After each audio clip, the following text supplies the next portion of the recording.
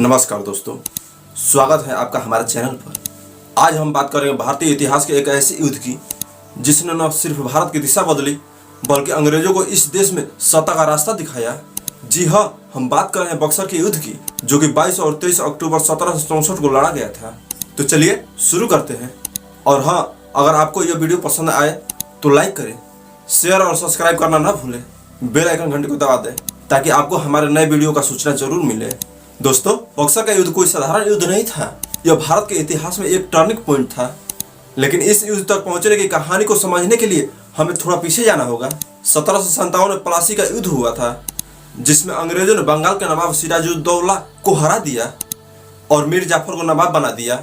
मीर जाफर अंग्रेजों के लिए एक कठपुतली की तरह थे, लेकिन जब उन्होंने अंग्रेजों के हितों में पूरा करने का असफलता दिखाई तो अंग्रेजों ने मीर कासिम को नवाब बनाया। मीर कासिम एक महत्वाकांक्षी और चतुर शासक थे। उन्होंने अंग्रेजों की बढ़ती ताकत को देखकर अपनी सेना को मजबूत किया और बंगाल में अपनी सत्ता को स्थापित करने की कोशिश की, लेकिन अंग्रेजों को यह पसंद नहीं आया। मीर कासिम ने अंग्रेजों के व्यापारिक विशेषकारों पर सवाल उठाए और उनके साथ टकराव शुरू हो गया। इस टकराव ने आखिरकार बक्सर के युद्ध का रास्ता खोला। लेकिन इस युद्ध में एक तरफ थी ईस्ट इंडिया कंपनी की सेना, जिसका नेतृत्व कर रहे थे हेक्टर मुनरो, और दूसरी तरफ थी मीर कासिम, अवध के नवाब शुजा-उद-दौला और मुगल सम्राट शाह आलम द्वितीय की संयुक्त सेना। यह युद्ध न सिर्फ सैन्य शक्ति का प्रदर्शन था, बल्कि यह भारत में अंग्रेजी साम्राज्य की नींव रखने वाला युद्ध था। दोस्तों, बक्सर का युद्ध क्यों हुआ, इसके पीछे कई कारण थे। अंग्रेजों की व्यापारिक महत्वाकांक्षा ईस्ट इंडिया कंपनी भारत में सिर्फ व्यापार करने नहीं आई थी, वे यहाँ सत्ता स्थापित करना चाहते थे। मीर कासिम ने उनके व्यापारिक विशेषकारों को चुनौती दी, जिससे अंग्रेज नाराज हो गए। मीर कासिम ने अपनी सेना को मजबूत किया और बंगाल में अपनी सत्ता को स्थापित करने की कोशिश की। उन्होंने अंग्रेजों के साथ बराबरी का व्यापार करने की कोशिश की, जो अंग्रेजों को मंजूर नहीं था। मीर कासिम ने अवध के नवाब शुजा-उद-दौला और मुगल सम्राट शाह आलम द्वितीय के साथ गठबंधन किया। यह गठबंधन अंग्रेजों के लिए एक बड़ा खतरा था, क्योंकि यह एक मजबूत संयुक्त सेना थी। उस समय भारत में मुगल साम्राज्य कमजोर हो चुका था। कई क्षेत्रीय शक्तियां अपनी अपनी सत्ता स्थापित करने में लगी थी। अंग्रेजों ने इस स्थिरता को फायदा उठाया। इन सभी कारणों ने मिलकर बक्सर के युद्ध को अनिवार्य बना दिया।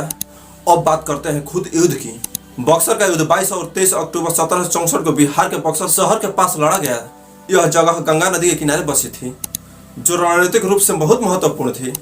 अंग्रेजों के सेना नेतृत्व मेजर हेक्टर मुनरो था। उनकी सैनिकों की संख्या लगभग 7000 से लेकर 10,000 तक के बीच था। अंग्रेजों की सेना छोटी थी, लेकिन उसके पास बेहतर प्रशिक्षण, एकेडेंसी और आधुनिक हथियार जैसे तोपों और बंदूकें थी। संयुक्त सेना मीर कासिम, शुजा-उद-दौला और शाह आलम द्वितीय, जिनके सैनिकों की संख्या लगभग 40,000 से लेकर 50,000 के बीच था। संख्या ज्यादा थी, लेकिन कम संगठित और पुराने हथियारों से लैस है। युद्ध में अंग्रेजों ने अपनी रणनीति और अनुशासन का बेहतरीन प्रदर्शन किया। उनकी तोपों और बंदूकों को संयुक्त सेना को भारी नुकसान पहुंचाया। मीर कासिम के सेना में आपसी तालमेल की कमी थी और यही उनकी हार का सबसे बड़ा कारण बना। 2 दिनों की भीषण लड़ाई के बाद अंग्रेजों की जीत हुई। बक्सर के युद्ध के बाद 1765 में इलाहाबाद की संधि हुई। इसके प्रमुख परिणाम थे अंग्रेजों को दीवानी का अधिकार, अंग्रेजों को बंगाल, बिहार और उड़ीसा के राजस्व संग्रह का अधिकार मिला। यह अंग्रेजों की आर्थिक शक्ति को बढ़ाने वाला कदम था। मुगल सम्राट की कमजोरी, शाह आलम द्वितीय को अंग्रेजों का संरक्षण स्वीकार करना पड़ा। इस युद्ध ने भारत में अंग्रेजी साम्राज्य की नींव रखी। इस युद्ध ने अंग्रेजों को न सिर्फ आर्थिक ताकत दी, बल्कि उन्हें भारत में एक राजनीतिक शक्ति के रूप में स्थापित किया। दोस्तों, बक्सर का सिर्फ एक सैन्य जीत नहीं थे, यह भारत के इतिहास में एक ऐसा मोड़ था जिसने अंग्रेजों को भारत में अपनी सत्ता स्थापित करने का मौका दिया। इस युद्ध के बाद अंग्रेजों की ताकत इतनी बढ़ गई थी कि अगले 100 सालों तक भारत पर राज करते रहे। यह युद्ध हमें यह भी सिखाता है कि संगठन और रणनीति की ताकत संख्या से ज्यादा मायने रखती है। अगर मीर कासिम, शुजा-उद-दौला और शाह आलम की सेनाएं एकजुट होकर लड़ी होती तो शायद इतिहास कुछ और होता। तो दोस्तों, यह थी बक्सर युद्ध की कहानी। उम्मीद है आपको हमारे वीडियो पसंद आया होगा। अगर आप ऐसे और ऐतिहासिक वीडियो देखना चाहते हैं तो हमारे चैनल को सब्सक्राइब करें। नीचे कमेंट में बताएं कि आपको इस युद्ध के बारे में क्या सबसे रोचक लगा। और हाँ, अपने दोस्तों के साथ वीडियो शेयर करना ना भूलें। मिलते हैं अगले वीडियो में, तब तक के लिए नमस्कार।